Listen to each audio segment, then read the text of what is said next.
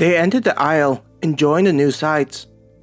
James checked out the other adventurers that were interacting with the merchants of the numerous stalls. Compared to the lobby area, there were more adventurers. He could even see adventurers who were just chatting with one another, whether a part of a group or just sharing information. He could only guess. As usual, this place is crowded. Naylor grumbled as he walked, trying to not run into adventurers. It was easy for people to not realize he was there and bump into him with his shoulder height. Sam smiled at Naylor's attitude, as though his grumblings were typical and just part of his personality. Of the many floors inside this branch of the Adventurers Guild, I suspect that the marketplace is one of the busier floors, Raoul said as he turned his head towards Naylor. There's also the financial floor, Celine added. That place gets crazy with how people are constantly shouting. She sighed, likely thinking about her personal experience on the floor. Mim chuckled. I suspect that the people who frequent that floor think of themselves as being passionate.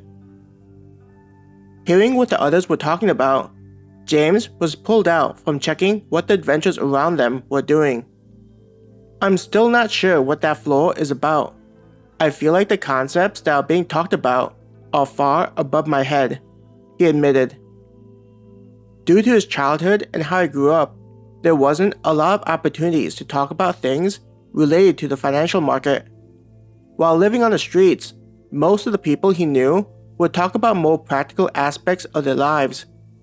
However, there would be the typical complaint about politics. Mim smiled understandingly. I'm of the same mindset, though I do often think I should get involved and learn about the concepts. The guild offers classes on the educational floor.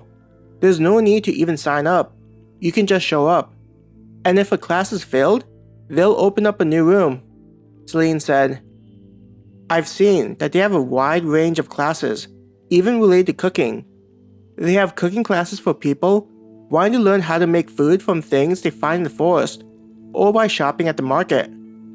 It was evident that she thought the opportunities to be interesting and had an interest in the subject. Their groups had stopped when Raoul had moved to one of the stalls to check out some of the items. James noticed that none of the members of Raoul's group were curious about what Raoul was checking out. A part of him wanted to ask the others about it, but figured that Raoul would let his group know when he came back.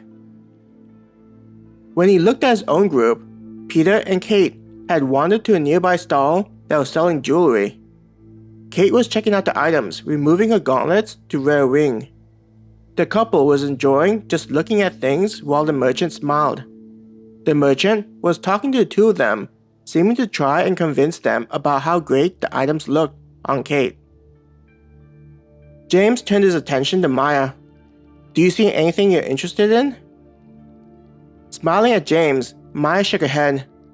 A lot of this stuff is pretty unfamiliar to me. I know that the marketplace has a lot of items from all over the continent, so I'm just having fun looking at them. She reached out to James's hand and held it lovingly, letting him know that she appreciated him thinking of her.